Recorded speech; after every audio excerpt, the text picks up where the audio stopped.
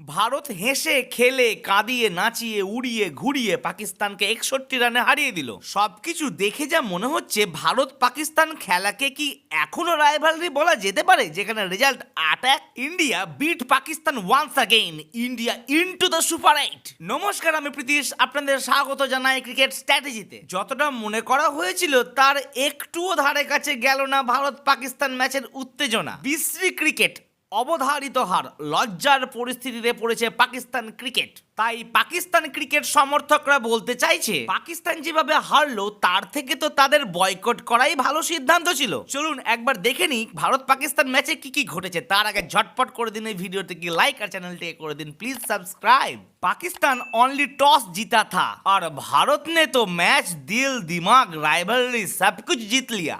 এখনো পর্যন্ত গোটা বিশ্ব পাকিস্তান টসে জিতে কেন ফিল্ডিং নিয়েছে প্রথমে তারা মোটেই বুঝতে পারছে না। হারতে হারতে কোণঠাসা পাকিস্তান। এদিন টি-20 বিশ্বকাপে 61 রানে ভারতের কাছে হারলো পাকিস্তান। আবারও বিশ্বকাপে হার, এই নিয়ে 8 নম্বর ম্যাচে। ফলে পাকিস্তানরা হয়তো মেনেই নিয়েছে পাকিস্তানের পক্ষে আর ভারতের বিরুদ্ধে জেতা সম্ভবই নয়। ভারত প্রথমে ব্যাট করতে নেমেই অভিষেক শর্মাকে হারালো। এই নিয়ে পাকিস্তানের বোলারদের যা উচ্ছ্বাস, যা দেখে মনে হচ্ছে তারা ম্যাচ জিতেই নিল। কিন্তু ওই যে অবাধ্য আর উচ্ছৃঙ্খল বালকটি ছিল, অর্থাৎ ঈশান কিষান, আমাদের পকেট সাইজ ডিনামাইট, সে করলো 40 বলে 77 রান। পাকিস্তান ওখানেই হেরে গেছে। তবে তিলক বর্মার 25, সূর্যকুমার যাদবের 32 আর শিবম দুবের 27, সব মিলিয়ে ভারত করলো 175 রান। তবে 176 রানের টার্গেট একেবারেই যে দুঃসাধ্য ছিল তেমনটা নয়, কিন্তু পাকিস্তান তো পাকিস্তানি, ওই লক্ষ্যমাত্রা দেখেই তারা আয়ারাম আর গেয়ারাম শুরু করে দিল।